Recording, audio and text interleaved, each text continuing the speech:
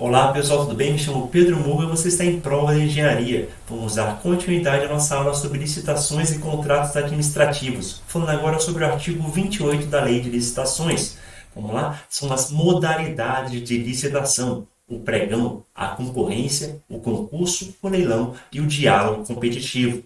Pessoal, o pregão, a concorrência, o concurso, o leilão, né? O pregão vem da Lei 10.520, tudo bem? A concorrência, o concurso, o leilão, da Lei 8.666, né? Ambas as leis foram revogadas para a nossa nova Lei de Licitações. E o diálogo competitivo é uma novidade nessa lei. Com isso, a gente vai apresentar cada definição de cada modalidade de acordo com o nosso artigo 6º. Vamos lá? Pregão, modalidade de licitação obrigatória para aquisição de bens e serviços comuns, cujo critério de julgamento poderá ser o menor preço ou maior desconto. Então, pessoal, o pregão tem duas modalidades de julgamento, dois critérios de julgamento: o menor preço ou o maior desconto. Isso é bem importante, tá?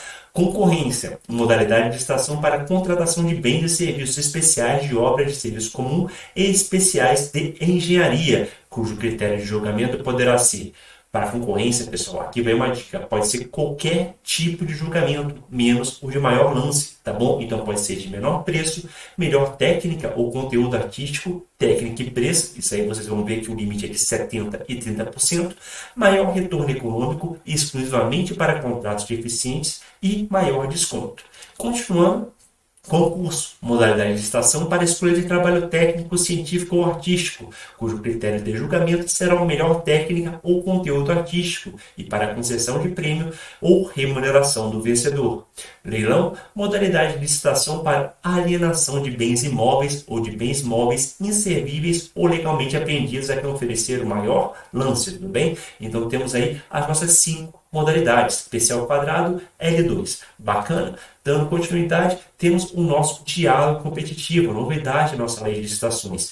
Modalidade de licitação para contratação de obras, serviços e compras em que a administração pública realiza diálogos com licitantes, previamente selecionados mediante critérios objetivos, com o intuito de desenvolver uma ou mais alternativas capazes de atender suas necessidades, devendo os licitantes apresentar a proposta ao final do encerramento dos diálogos. Dando continuidade aqui, vamos para o artigo 28, novamente, parágrafo 1º. Além das modalidades referidas no caput desse artigo, a administração poderá servir-se dos procedimentos auxiliares previstos no artigo 78 dessa lei. Quais são esses procedimentos auxiliares, pessoal? Também são 5. É o credenciamento, que inclusive é um caso de inexigibilidade, um dos 5 casos de inexigibilidade apresentados na nossa lei.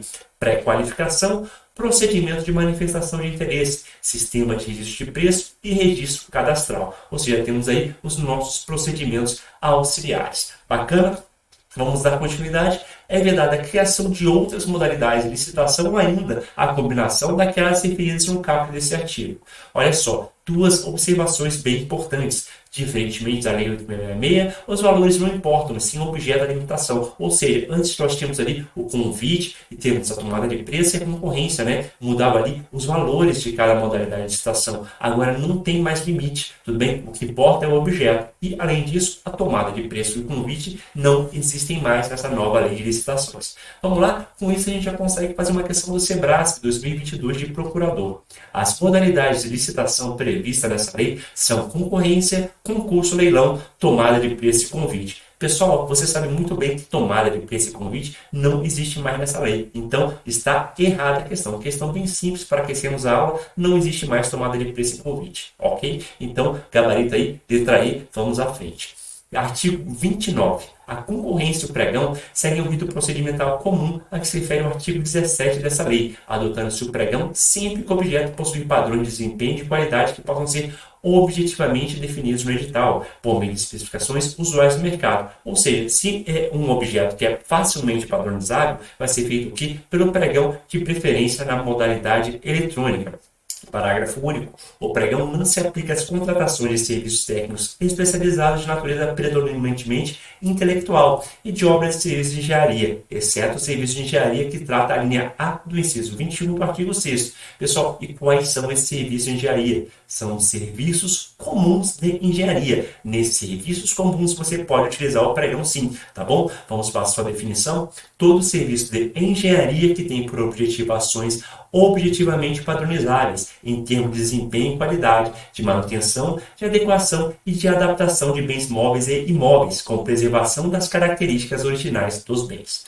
Dando continuidade, vamos ao artigo 30. O concurso, falar agora sobre o concurso. O concurso observará as regras e as condições previstas em edital, que indicará a qualificação exigida dos participantes, as diretrizes e forma de apresentação do trabalho e as condições de realização e o prêmio ou remuneração a ser concedida ao vencedor. Parágrafo único. Os concursos destinados à elaboração de projeto, o vencedor deverá ceder à administração pública, nos termos do nosso artigo 93, todos os direitos patrimoniais relativos ao projeto e autorizar sua execução conforme o juízo e conveniência e oportunidade das autoridades competentes. Ou seja, voltando aqui para mim, pessoal, se você faz um concurso para um projeto de engenharia, por exemplo, a administração tem direito sobre todos os direitos desse projeto. Okay? E pode utilizar como preferir, ou seja, a juízo de conveniência e oportunidade. Beleza? Vamos lá? Voltando aqui para a nossa aula, vamos fazer uma questão do SEBRASP 2022. Na modalidade de concurso, o prêmio ou remuneração fixada pela administração pública não poderá ultrapassar o valor limite na modalidade de tomada de preço.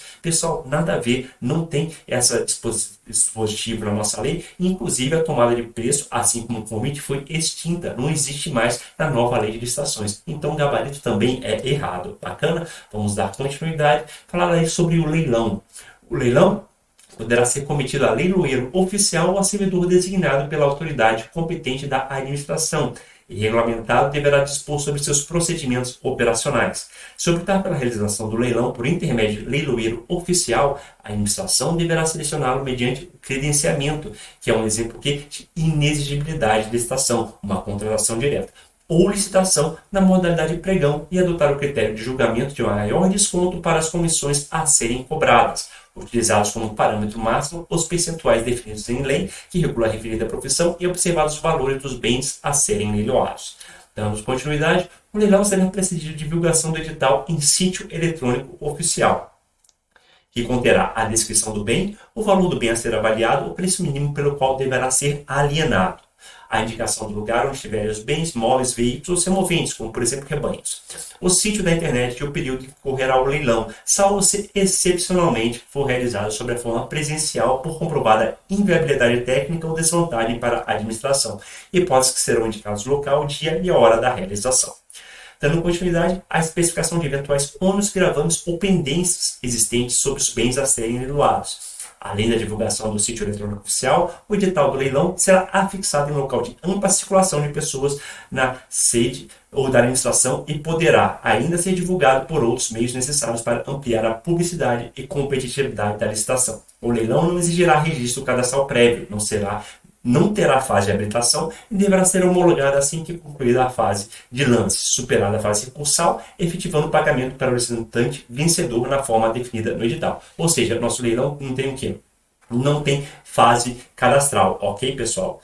E fase de habilitação. Continuando aqui, vamos falar sobre a modalidade de diálogo competitivo. Ela é restrita, pessoal, olha só. Restrita o quê? Visa contratar objetos que têm as seguintes condições. Tem a inovação tecnológica, a impossibilidade do órgão ou entidade ter a necessidade satisfeita sem adaptação de soluções disponíveis nos mercados e a impossibilidade de que as especificações técnicas serem definidas com precisão suficiente pela administração. Ou seja, nesse procedimento do diálogo competitivo, realmente a administração vai ter um diálogo com os licitantes para definir o que a melhor solução para o problema que ela tem, né? Ok? Então, olha só como é que isso vai ser. Verifique a necessidade de definir e identificar os meios e alternativas que possam satisfazer suas necessidades, com destaque para os seguintes aspectos: a solução técnica mais adequada, os requisitos técnicos aptos a concretizar a solução já definida, a estrutura jurídica ou financeira do contrato. A administração apresentará, por ocasião da divulgação do edital em sítio eletrônico oficial, suas necessidades e exigências já definidas e estabelecerá o prazo mínimo de 25 dias úteis, tá? Quase todos os prazos aqui na nossa lei de licitações são em dias úteis. Então, tem no mínimo que de 25 dias úteis para o diálogo competitivo. Vamos gravar isso aí. Os critérios empregados para a pré-seleção dos solicitantes deverão ser previstos em edital e serão admitidos todos os interessados que preencham os requisitos objetivos estabelecidos. Dando continuidade, a divulgação de informações de modo discriminatório que possa implicar vantagem para algum licitante será vedada. A administração não poderá revelar a outros licitantes as soluções propostas ou informações sigilosas comunicadas por um licitante sem o seu consentimento. A fase de diálogo competitivo poderá ser mantida até que a administração, em decisão fundamentada, identifique a solução ou soluções que atendam às suas necessidades. Olha só, em relação a esses prazos, a gente falou o quê? De 25 dias úteis no mínimo, né? Prazo mínimo, né? De 25 dias úteis. Contudo, a fase do diálogo não tem prazo definido, tudo bem? O nosso gestor do contrato poderá esticar aí até ele se sentir necessário para concluir a fase de diálogo. Bom, as reuniões com os licitantes pré-selecionados serão registradas em atas e gravadas mediante utilização de recursos tecnológicos de áudio e vídeo. O edital poderá prever a realização de fases sucessivas em que cada fase poderá restringir as soluções ou propostas a serem discutidas, ou seja, à medida que o diálogo vai avançando, você pode restringir o tipo de solução ou proposta, né, de acordo com a maturidade do processo.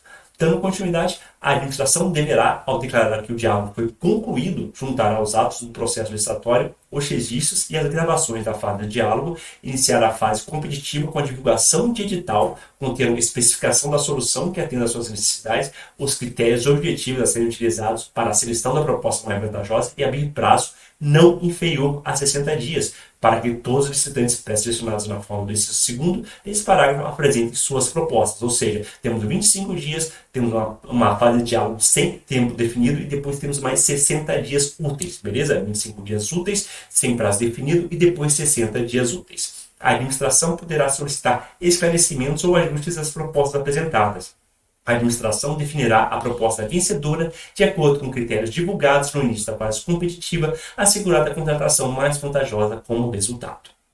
O diálogo competitivo será conduzido por comissão de contratação composta por pelo menos 3 servidores efetivos, no caso aí estatutários, públicos ou empregados públicos, no caso aí de uma fundação pública, pois sabemos que a nossa empresa pública e sociedade de economia mista, ou seja, membros da administração indireta, não são regidos pela lei de licitações. Bacana, pessoal? Pertencentes aos quadros permanentes da administração. Os profissionais contratados na forma desse inciso assinarão um termo de confidencialidade e abstenção de atividades que possam configurar um conflito de interesses.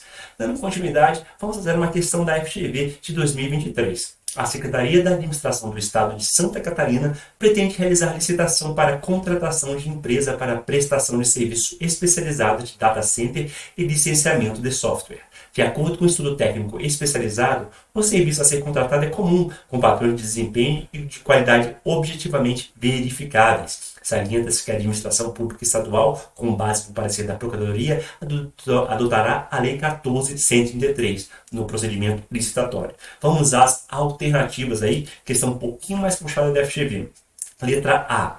Caracterizar o serviço como comum, a modalidade de licitação obrigatória será o pregão, cujo critério de julgamento será necessariamente o menor preço. Pessoal, nós sabemos que o pregão pode ser o menor preço ou maior desconto, tudo bem? Então, aí, cuidado aí com essa casca de banana. Por preço dessa previsão legal, as licitações para a contratação de serviços de tecnologia de informação devem seguir a modalidade de concorrência. Também está errado, tudo bem? Pode ser, por exemplo, por pregão, né? Por que não? Caso seja demonstrado que o objeto de licitação da Secretaria de Administração possa padrões de desempenho e qualidade que possam ser objetivamente definidos pelo edital, por meio de especificações usuais de mercado, a modalidade deverá ser o pregão. Nossa, essa letra C está muito boa, né?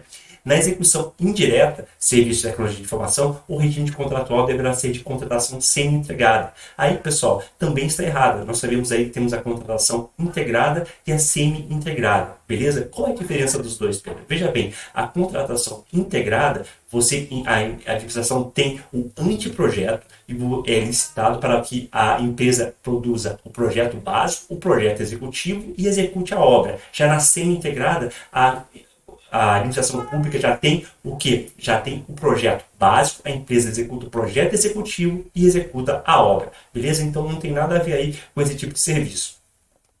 Letra E, nas contratações de prestação de serviço especializado de data center, não se admite a contratação de mais de uma empresa para executar o mesmo serviço. Tá errado, tá, pessoal? Isso aí pode ser um critério aí que vamos ver no credenciamento, tá? Serviços múltiplos aí que não são excludentes, você pode contratar sim mais de um serviço. Então, qual que é o nosso gabarito? Nosso gabarito aí é a letra C. Bacana? Dá para levar essa para casa assim com a minha aula. Então, vamos aqui, vamos seguir fazendo mais uma aqui do Sebrasp de 2022. Assinale a opção que apresenta a modalidade de licitação prevista na Lei 14.133, que é obrigatória para a aquisição de bens e serviços comuns, podendo, ao seu critério de julgamento, ser o menor preço ou maior desconto. Tudo bem, pessoal? Então, aí tá bem fácil essa questão, né? Ou seja, temos aí o menor preço, o maior desconto, só pode ser o pregão, letra D. Dando continuidade, FCC 2022. A Lei Federal de 14.133 estabelece normas gerais de licitação e contratação. Uma das modalidades de licitação prevista na referida lei assim descreve: modalidade de licitação obrigatória para a aquisição de bens e serviços comuns, cujo critério de julgamento poderá ser o de menor preço ou maior desconto. Novamente aí, a FCC cobrando exatamente o que a FGV cobrou, né? Qual é o nosso gabarito? Letra A, pregão. Bom, essa aí foi a nossa aula sobre as modalidades de licitação. Espero que vocês tenham gostado. Se gostou, já sabe, se inscreve no canal, dá um joinha e até a próxima.